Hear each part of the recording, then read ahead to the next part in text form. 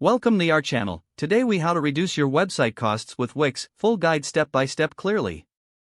To reduce your website costs with Wix, start by assessing your current website expenses. Identify all recurring costs, including hosting, domain registration, and premium features. Next, explore Wix's free plan to see if it meets your basic needs. Consider switching to a lower tier paid plan if your site generates minimal traffic.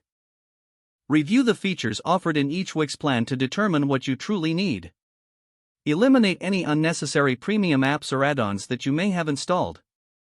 Utilize Wix's built-in features, such as their templates and design tools, to minimize outside design costs.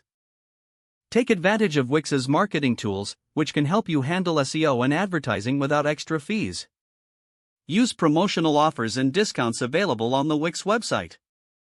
Evaluate the necessity of a custom domain versus using a free Wix subdomain. Streamline your content and only keep essential pages to cut down on storage costs. Regularly monitor your website analytics to understand your traffic and adjust your plan accordingly. Stay updated with Wix's new features and pricing to ensure you're not overpaying. Finally, periodically reassess your website needs as your business grows to avoid unnecessary expenses. If the page does not load, refresh the browser or try again in a private or incognito window. Make sure you are using the correct email address, then retype it carefully to avoid small typos. If your password is not accepted, use the reset option and create a new strong password you can remember.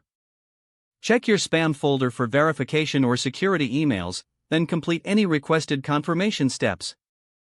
Enable two-factor authentication if available to improve account security and reduce unauthorized access risk. After signing in, review your profile details so your contact information and settings are accurate and current.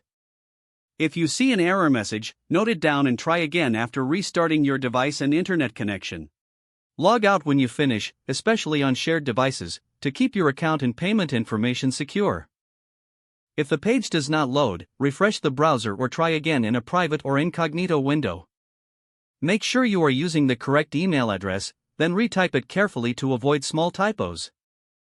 If your password is not accepted, use the reset option and create a new strong password you can remember. Check your spam folder for verification or security emails, then complete any requested confirmation steps. Enable two-factor authentication if available to improve account security and reduce unauthorized access risk. After signing in, review your profile details so your contact information and settings are accurate and current. Don't forget to like this video and subscribe to our channel for more step-by-step tech guides.